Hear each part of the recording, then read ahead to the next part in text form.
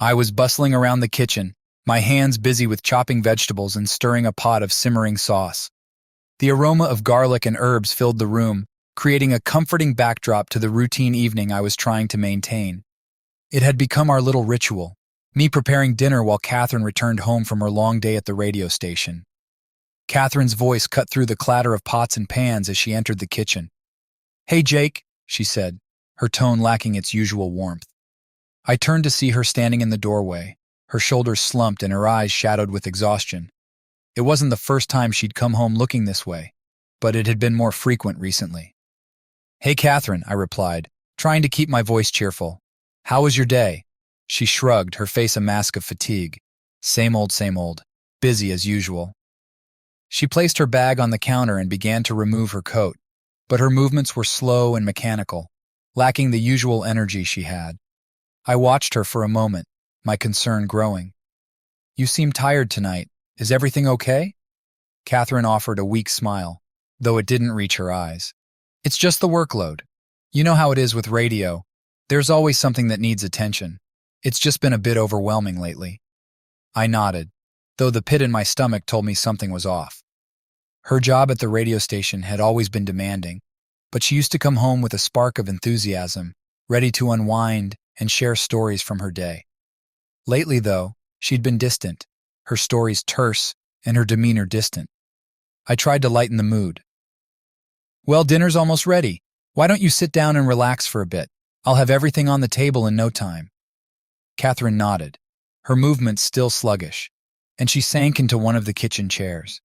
I could see her eyes drift to the clock on the wall, as if she was already counting the minutes until she could collapse into bed. As I continued to cook, I couldn't shake the feeling that there was something more troubling her than just the stresses of work. I tried to engage her in conversation about her day, hoping to peel away the layers of fatigue and find out what was going on. But as the minutes ticked by, her responses were short and noncommittal, adding to the unease I was feeling. Tonight, dinner was supposed to be a reprieve, a chance for us to reconnect and share some warmth after the day's trials. But as I looked at Catherine's weary face, I couldn't shake the nagging suspicion that something deeper was at play. The evening settled into a quiet routine, the once comforting sounds of cooking now filled with a heavy silence. I couldn't help but wonder if this was the calm before a storm I hadn't yet recognized. Dinner was finally served, and I was relieved to see Catherine taking a bit more interest as she picked up her fork and began eating. I tried to keep the conversation light, sharing anecdotes from my day and asking about hers. But as we were halfway through our meal, her phone rang, cutting through the ambient clinking of cutlery and the soft hum of the kitchen. Catherine's face tensed when she saw the caller ID. I could see her hesitation before she quickly answered, her voice dipping into a strained, professional tone. "Hi, Alex. What's up?" I glanced at her, sensing the abrupt shift in her mood. She spoke in short, clipped sentences, her eyes darting nervously toward the window. The conversation was brief, but enough to notice that something had changed. After she hung up, Catherine's demeanor was markedly different. The small smile she had managed earlier was gone, replaced by a rigid expression and a fidgeting with the edge of her napkin. She seemed even more withdrawn than before, as if the phone call had drained her of any remaining energy. "Everything okay?" I asked, trying to sound casual but unable to hide the concern in my voice. Catherine looked up, her eyes avoiding mine. "Yeah, it's just work stuff," she replied, her tone a bit too dismissive. "Nothing important." I could tell there was more to it, though. Her hands were shaking slightly as she reached for her glass of water and she avoided eye contact. I pressed on, hoping to get her to open up. "It didn't sound like it was just work. You seemed a bit tense." She sighed, looking down at her plate. "Jake, it's nothing. Alex just needed to ask about a project. You know how it is with radio? Things come up unexpectedly." I wanted to push further, but I could see she was shutting down. The cheerful atmosphere I had hoped for was slipping away, replaced by an uncomfortable silence. I decided to let it go for now, but the unease in Catherine's behavior was gnawing at me. As we finished dinner, I tried to keep the conversation going, but Catherine's responses were brief and distracted. She barely touched her dessert and excused herself early, claiming she was exhausted from the day. I watched her retreat to the bedroom, her shoulders hunched and her steps heavy. Alone in the quiet kitchen, I couldn't shake the feeling that the phone call from Alex was a turning point. Something was off, and whatever it was seemed to be pulling Catherine further away. I stood there, the remnants of our meal cooling on the table, feeling a growing sense of dread. The evening had taken a turn I hadn't anticipated, and I was left grappling with the silent but palpable shift in our lives. Over the next few weeks, the subtle changes in Catherine's behavior became more pronounced. The first thing I noticed was the shift in her daily routine. She was spending longer hours at the radio station, often coming home late or even skipping dinner altogether. Her schedule seemed to be in constant flux, and it became increasingly difficult to pin down her exact whereabouts. At first, I tried to chalk it up to the pressures of her job. Radio work could be demanding, and I understood that sometimes she needed to stay late to meet deadlines or handle unexpected tasks. But as time went on, it became clear that something more was going on. Catherine's phone was the next sign. It was always on Do Not Disturb, even during the times we usually spent together. She used to leave her phone within easy reach, but now it was constantly tucked away in her purse or on the kitchen counter with the screen face down. When I asked her about it, she'd brush it off with a casual comment like, "Just some work calls I don't want to be interrupted by." Her sudden frequent absences became a topic of concern. I found myself sitting alone at the dinner table more often than not, waiting for her to come home. When she did make it back, she was often too tired to engage in any meaningful conversation. Her responses were clipped, and she seemed to be constantly preoccupied with something else. One evening, I returned from running some errands to find Catherine's phone sitting on the counter, face up. The screen flashed with an incoming message from Alex, her colleague at the radio station. My heart sank as I saw the name, but I quickly averted my gaze. I knew it was a breach of privacy, but the sight of the message, combined with Catherine's increasing secrecy, left me feeling unsettled. When I confronted her about it later, Catherine's reaction was defensive. "Jake, it's just work," she said, her voice tinged with frustration. "Alex and I are just coordinating on some projects. It's nothing to worry about." I wanted to believe her, but the evidence was mounting. The little things, the constant changes in her schedule, the phone always on silent, the brief and distant conversations, were beginning to paint a picture I wasn't ready to see. The emotional distance between us grew wider with each passing day. I found myself questioning what had shifted in our relationship, why my once warm and engaged wife had become so elusive. I began to wonder if the changes in her habits were more than just work-related stress and if they pointed to something deeper.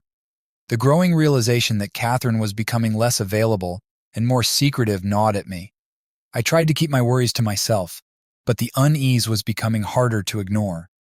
The cracks in our once solid relationship were becoming more apparent, and I couldn't shake the feeling that something significant was being hidden from me. It was a Saturday afternoon, and I had decided to tidy up the house while Catherine was out. She had mentioned she was working on some urgent projects at the radio station and would be home late. I was putting away some items in our bedroom when I noticed her purse lying open on the dresser. I hesitated for a moment, but curiosity got the better of me. I reached over and began to sift through its contents. As I was organizing her scattered belongings, something caught my eye, a small envelope wedged between a pile of receipts and makeup. The envelope was marked with a faint stamp and addressed to her, but it was slightly translucent, revealing a hint of color inside. I pulled out the envelope and opened it, feeling a mix of excitement and apprehension. Inside were 2 concert tickets, and my heart skipped a beat as I read the details. The tickets were for a popular band playing that evening, the same night Catherine was supposed to be working late at the station. I tried to process the information, my mind racing. Catherine had never mentioned this concert. We'd talked about going to events together, but this was news to me. The fact that she hadn't mentioned it at all, combined with her frequent absences and her increasing secrecy, felt like a puzzle piece falling into place. The tickets were for a venue that was quite a drive away, and the timing was such that Catherine would have had to leave work early to make it. I couldn't help but wonder if there was more to these tickets than just a spontaneous outing. The realization that Catherine had been planning to attend this concert without telling me made my stomach churn. It felt like another layer of the distance growing between us. I put the tickets back in the envelope and placed them carefully where I found them, trying to avoid disturbing anything. I needed to approach this delicately. Confronting Catherine with this discovery might lead to further conflict or denial. As I cleaned up the room, my thoughts kept drifting back to the tickets. I couldn't shake the feeling that they were a significant clue. It wasn't just about the concert, it was about what Catherine wasn't telling me. The tickets represented a secret she had been keeping, and the timing of the event, on a night she had promised to be working late, felt like a betrayal. The more I thought about it, the more my unease grew. I knew I needed to find out the truth, but I also knew that how I handled this revelation could change everything. For now, though, I had to wait and see if Catherine would offer any more clues about her mysterious plans. The night of the concert arrived, and my mind was a whirlwind of emotions. I had decided to follow the trail of the tickets and see for myself what was happening. I tried to calm my nerves as I drove toward the venue, replaying the events of the past few weeks in my mind. Each mile felt heavier than the last, and I struggled to suppress the growing sense of dread. As I parked my car and approached the entrance of the venue, the buzz of excited fans filled the air. I scanned the crowd, searching for Catherine.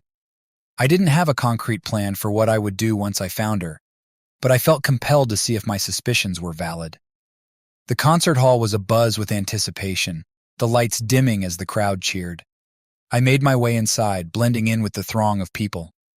I found a spot that offered a good view of the stage and waited. My eyes continuously searched the crowd, hoping to catch a glimpse of Catherine. As the opening band finished their set and the lights began to brighten for a brief intermission, I spotted her. Catherine was standing near the front of the stage, her face lit up with genuine excitement. She was talking animatedly with someone beside her, someone I recognized as Alex, a colleague from the radio station. They were standing close together, their body language unmistakably intimate. Catherine was laughing at something Alex had said, and he responded with a broad, affectionate smile. They appeared completely absorbed in each other, their connection more evident than I had ever seen before. Watching them, I felt a pang of betrayal and hurt. It wasn't just the physical proximity, it was the ease with which they interacted, the way Catherine's eyes sparkled with joy whenever she looked at him. It was clear that their relationship went beyond mere colleagues. They seemed to be enjoying themselves immensely, as if they were in their private world. I stood there, struggling to reconcile the sight before me with the woman I thought I knew. Catherine's earlier denials and evasive behavior started to make sense. It wasn't just a casual friendship or a work-related distraction. It was something deeper, something that had been building for a while. The concert resumed, but I was barely aware of the music. My mind was focused on Catherine and Alex, their interactions cementing my fears. I could see that Catherine had been hiding something significant from me, and this outing was more than just a night out. It was a reveal of a relationship that had been growing in secret. As the show continued, I made my way out of the venue, my heart heavy with the weight of what I had seen. The sight of Catherine so engaged with Alex was a painful confirmation of my suspicions. I knew I needed to confront her, but I was unsure of how to approach the situation. The evening provided clarity, but it also left me with more questions and a deep sense of betrayal that I needed to process. The following days were a haze of confusion and disquiet. The sight of Catherine and Alex together at the concert replayed in my mind like a persistent echo. I found myself constantly on edge, searching for more clues about the nature of their relationship. The sense of betrayal I felt was overwhelming, and it was affecting every aspect of our daily life. Catherine's behavior continued to be erratic. She was still frequently late, often returning home with an air of distraction, and her phone remained perpetually on Do Not Disturb. The distance between us grew, and every interaction felt strained and mechanical. One afternoon, as I was tidying up the living room, I noticed Catherine's phone lying on the coffee table. It was a rare moment when she left it unattended, and I felt an unsettling mix of guilt and urgency. I hesitated for a moment but then decided to glance at her messages. I knew it was an invasion of privacy, but my need for answers overpowered my reservations. I unlocked the phone and navigated to the messaging app. The screen was filled with conversations, but one thread stood out. It was with Alex. As I read through the messages, my heart sank further with each line. The texts between Catherine and Alex were filled with affectionate and intimate language. Phrases like, "I miss you and can't wait to see you again" jumped out at me. Some messages spoke of private moments they had shared, plans for future meetups, and terms of endearment that went beyond friendly camaraderie. One message in particular caught my eye. "I've been thinking about our last night together. It was so special to me." My pulse quickened as I read those words. It was a clear indication that their relationship had crossed boundaries that went far beyond a simple professional connection. I felt a wave of anger and sadness wash over me. This was more than I had suspected. Catherine and Alex were involved in a relationship that was deeply personal and emotional, if not physical. The realization hit me like a ton of bricks. Everything I had feared was true. The secret affair I had dreaded was real, and it was unfolding right under my nose. I put the phone back where I had found it, trying to steady my trembling hands. My mind raced as I tried to make sense of what I had uncovered. How had things escalated to this point? Why hadn't Catherine been honest with me? The discovery of these messages was both a painful confirmation and a call to action. I knew I couldn't continue living in this uncertainty. I needed to confront Catherine and address the betrayal head-on. But as I contemplated the inevitable confrontation, I was also grappling with the emotional weight of what had been revealed. The clarity of the situation only deepened my sense of hurt, and I felt an urgent need to find out how this had come to be and what it meant for our future. The evening was heavy with the tension of unspoken words and unresolved feelings. Catherine arrived home later than usual, her usual excuse of work-related tasks seeming increasingly hollow. The sight of her, so oblivious to the storm brewing beneath the surface, only fueled my resolve to address the issue directly. We had just finished dinner, and the table was cleared. Catherine was making her way to the living room when I stopped her, my heart pounding in my chest. I knew that the conversation I was about to have could alter everything between us. "Catherine, we need to talk," I said, trying to keep my voice steady. I could see her hesitation as she glanced at me, her face quickly masked with a neutral expression. "Sure, Jake. What's on your mind?" she asked, though the way she fidgeted with her napkin betrayed her nervousness. I took a deep breath, gathering my thoughts. "I've noticed that you've been spending a lot of time with Alex lately. Your behavior has changed, and I've seen messages between you two that are more than just friendly." Her eyes widened slightly, and she took a step back. "Jake, I don't know what you're talking about." I tried to remain calm, but the frustration in my voice was evident. "I found the concert tickets in your bag. I saw the messages. Something is going on between you and Alex. I need you to be honest with me." Catherine's face flushed, and she took a moment to compose herself. "Jake, Alex is just a colleague. We've been working on projects together, and sometimes we go to events as part of the work. The messages you saw were just professional discussions that might have seemed intimate out of context." I could see the effort she was making to maintain her composure, but her words did little to quell the storm inside me. "Professional discussions? Catherine, those messages were personal. They talked about feelings and moments that go beyond mere work. You've been hiding things from me." She shook her head, her voice growing defensive. "You're misunderstanding everything. Alex has been supportive because he's a friend and a colleague. The concert tickets were just a coincidence. It was a last-minute decision, and I didn't think it was a big deal." I struggled to keep my anger in check. "A coincidence? Catherine, this isn't just about the tickets. It's about the secrecy, the distance, and the intimate conversations.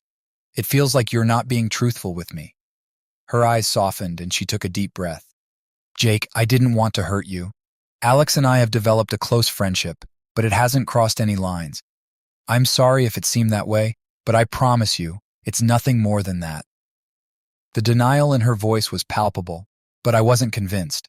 The evidence was too clear, and the hurt I felt was too deep. "Catherine, I need you to be honest with me. We can't move forward if you keep hiding things. This isn't just about our relationship. It's about trust and honesty." She looked down, her expression a mix of frustration and sadness. "I'm telling you the truth, Jake. I don't know how else to explain it. If you can't believe me, then I don't know what else to say." The conversation ended in a silence that was as heavy as the words left unspoken. I felt a deep ache in my chest as Catherine retreated to the bedroom, leaving me alone with my thoughts.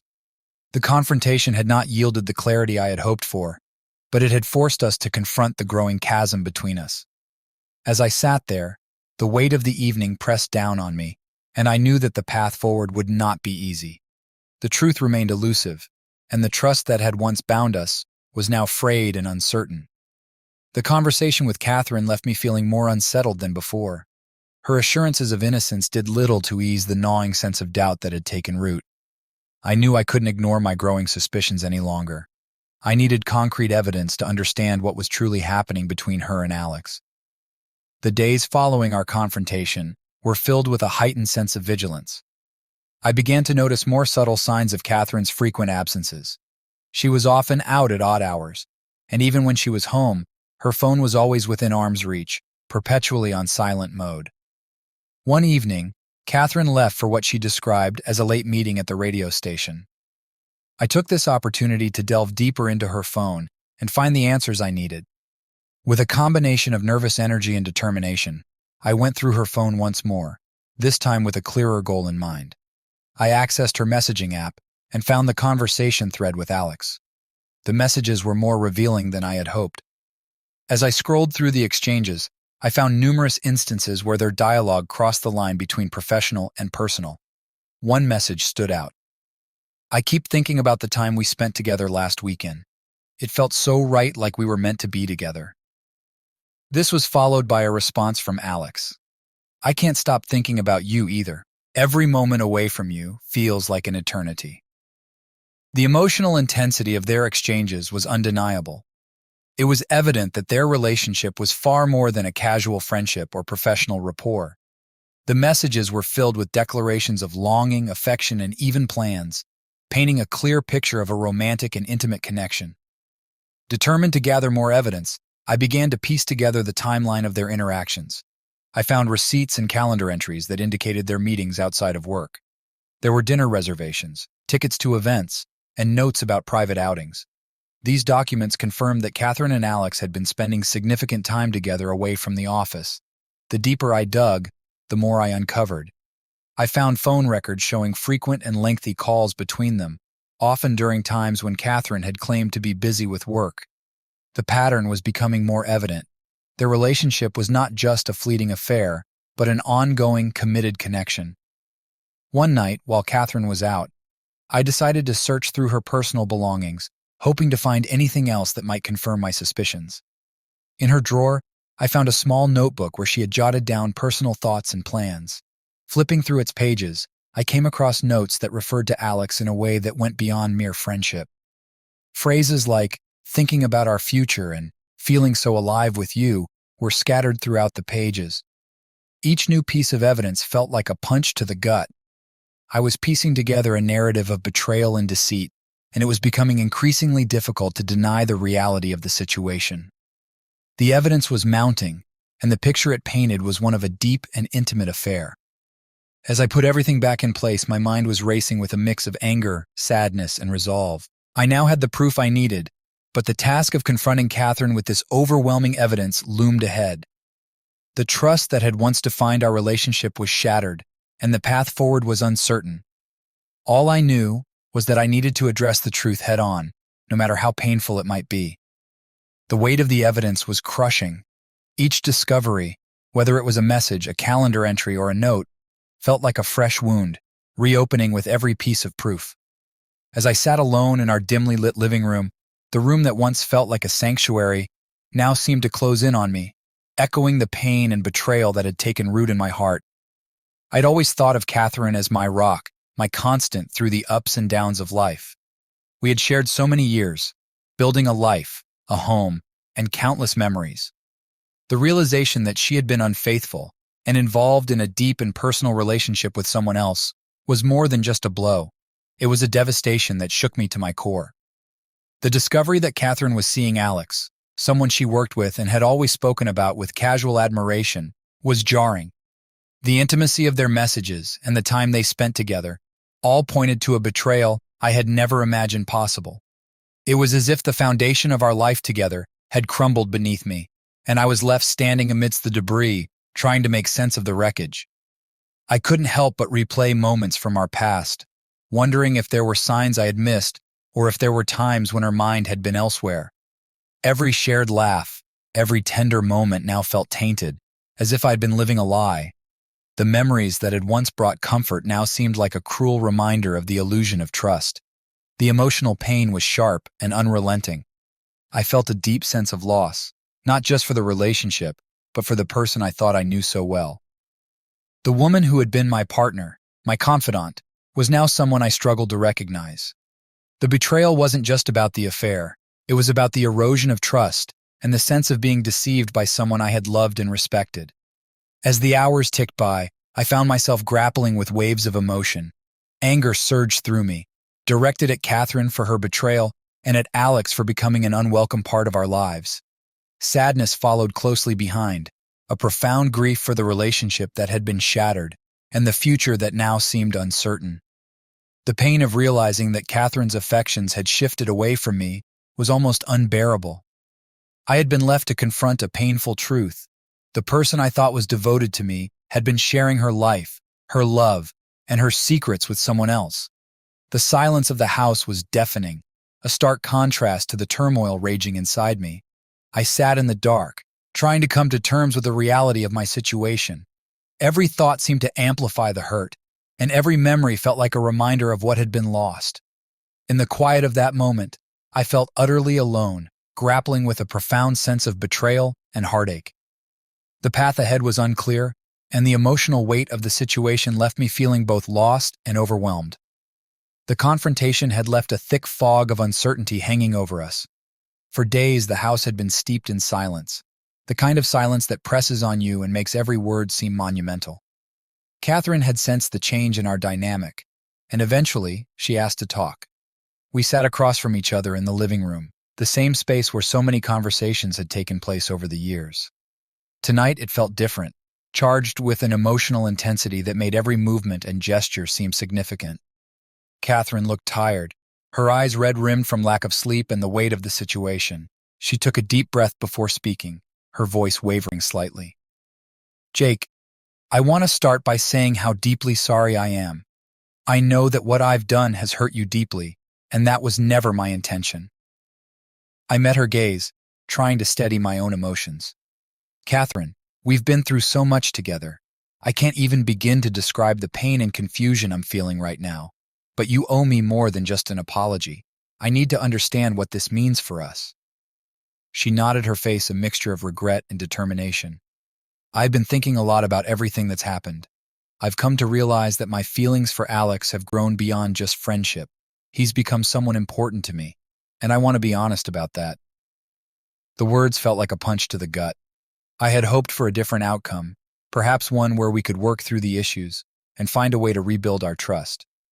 But Catherine's admission made it clear that her heart was now divided. "I've tried to make sense of what we have," she continued, her voice trembling. "I understand that I've hurt you beyond measure. I never wanted to betray you, but I also don't want to keep living a lie. Alex and I have something real, and I can't just ignore that." Her confession left me reeling. I had expected a fight for our relationship, a willingness to work through the betrayal. Instead, she seemed resolute in her decision to pursue a future with Alex. It was a painful and sobering realization that our relationship might not be salvageable. "I don't know how to process all of this," I said, my voice cracking with emotion. "I've always believed in us, and I thought we could overcome anything together, but now everything feels shattered. I need time to think about what this means for us." Catherine reached out, her hand trembling as she touched mine. "Jake, I understand if you need space. I know I've caused irreparable damage, and I'm truly sorry for that. If you decide that you can't forgive me, I will accept that. But I hope you can at least understand that my feelings for Alex are real." Her words echoed in the room, mingling with the painful silence that followed. The gravity of the situation settled over me, and I knew I had to take time to reflect on what the future held. The betrayal had created a rift too deep to ignore, and I needed to consider whether our marriage could be mended or if it was time to part ways. As Catherine left the room, I was left alone with my thoughts, grappling with the enormity of the decision ahead. The future of our marriage was now uncertain, and the path forward was shrouded in doubt. The only thing I knew for sure was that I needed time to process, to grieve, and to ultimately decide what was best for both of us. The days following our conversation were a blur of emotional turmoil and introspection. Catherine and I had taken a step back from our daily routines, each of us needing time to process the revelations and decide on the future of our relationship. Our once shared space felt like a battlefield of unspoken words and unresolved feelings, and navigating this new reality was proving to be more complex than either of us had anticipated. Catherine had moved into the guest room, a physical separation that mirrored the emotional distance between us. We still saw each other around the house, but our interactions were strained and cautious. Each conversation was laden with the weight of what had happened, and every glance seemed to carry unspoken questions and unresolved pain. One evening, after several days of this uneasy truce, Catherine suggested we sit down together to talk. I agreed, knowing that avoiding the conversation would only prolong our suffering and uncertainty. We met in the living room, sitting across from each other. The same room that had once been filled with warmth and laughter now seemed like a place of confrontation. Catherine looked at me, her eyes reflecting a mixture of sadness and hope. "Jake, I've been doing a lot of thinking. I know that what I did has changed everything between us, and I need to understand if there's a way forward for us." I nodded, feeling the weight of her words. "I've been thinking too. The betrayal has shaken me to my core, and I'm struggling with how things have changed. I can't ignore the fact that our relationship is different now, but I also can't deny that there were good times and a deep connection between us." We both paused, trying to find the right words to articulate our feelings. The sense of loss was palpable, but there was also a glimmer of something else, a recognition that despite the hurt, there was still a part of us that wanted to understand if the trust and love could be rebuilt. "I realize," Catherine said, her voice breaking slightly, "that my actions have altered the foundation of our relationship.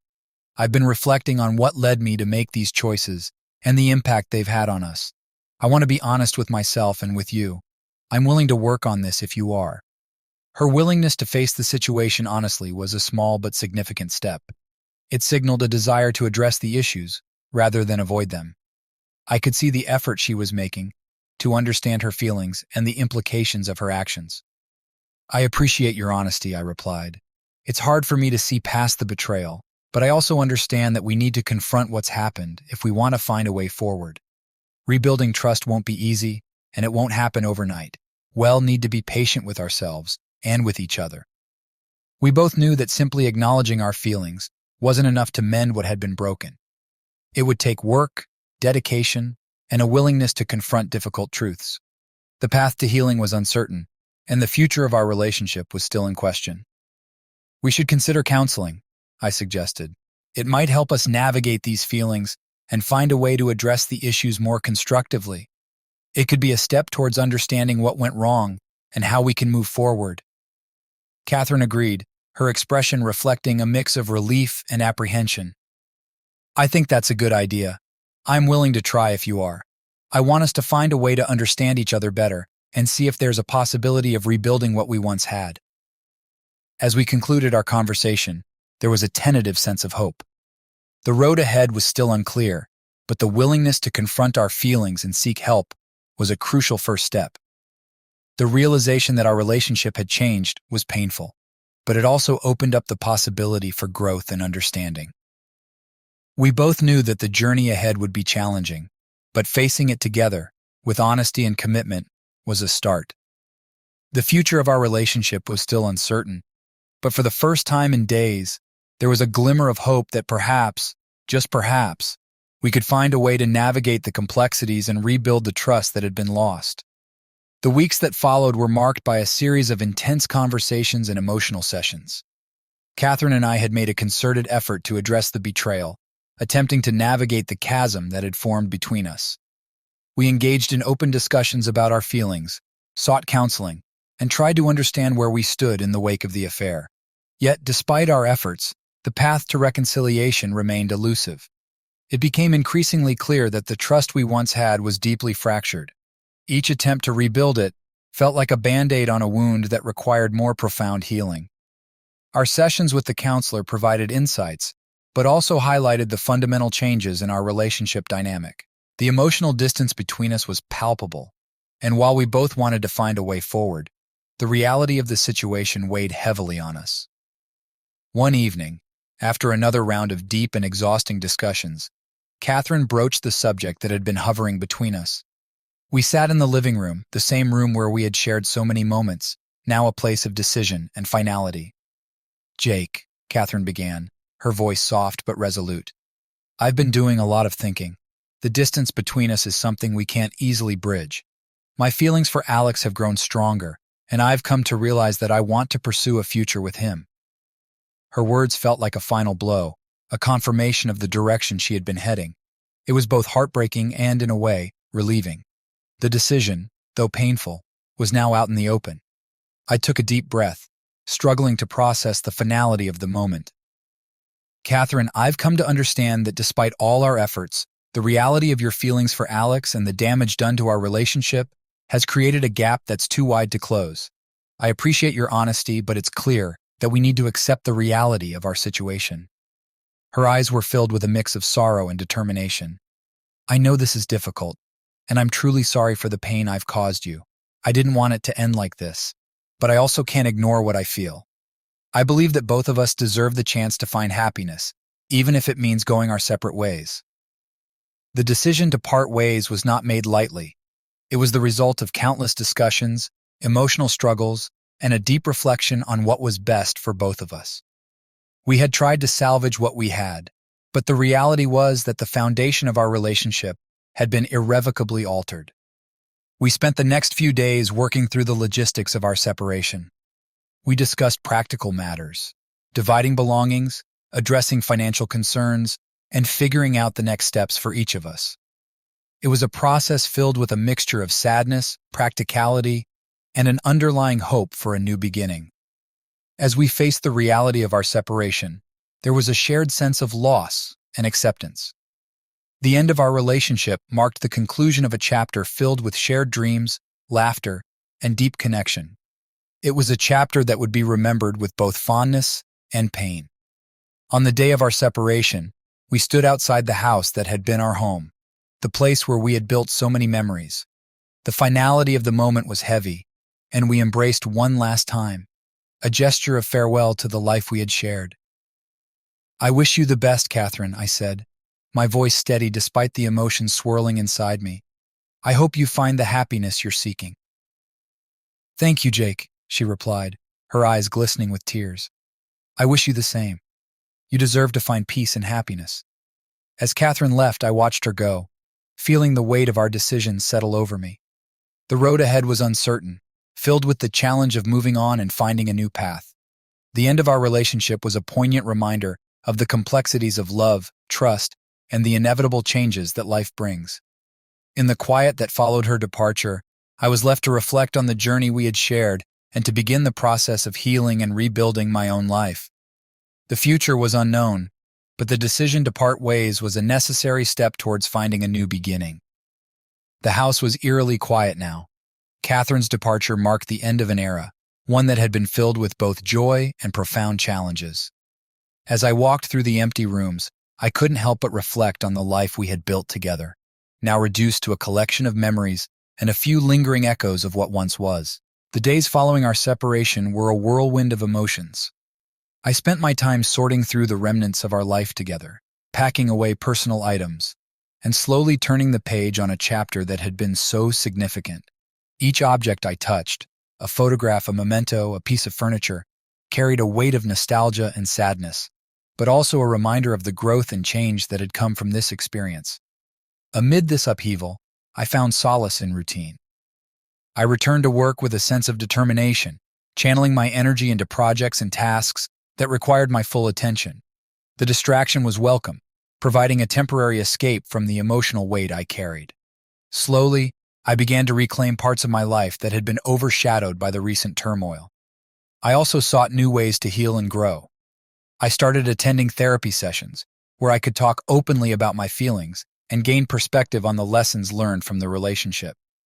It was a space where I could explore my emotions in a structured way, unraveling the complexities of the past and working towards a healthier mindset. Exercise became a therapeutic outlet. I took up running, finding a sense of freedom and clarity with each step.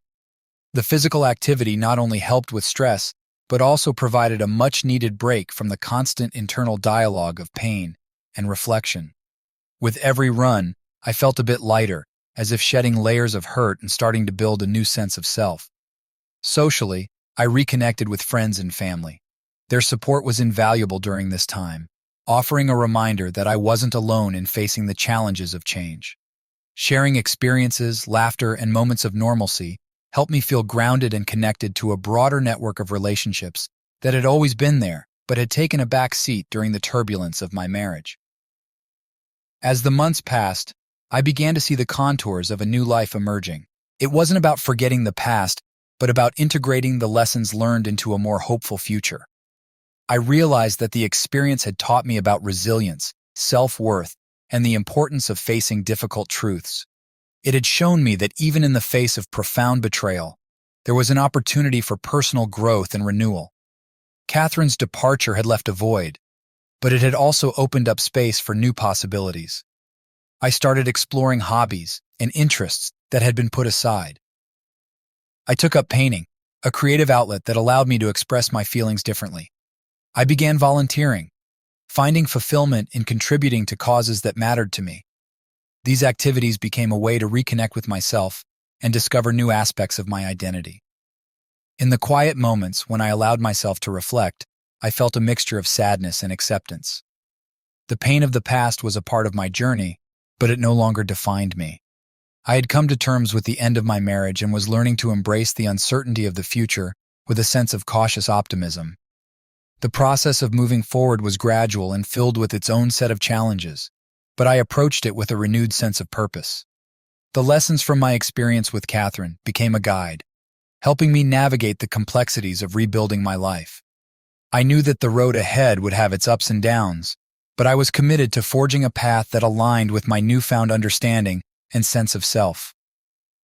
As I closed the door of our shared home for the last time, I took a deep breath and looked forward. The future was a blank canvas, and I was ready to paint it with the colors of hope, resilience, and new beginnings. The journey of healing and growth had just begun, and I was determined to face it with courage and an open heart.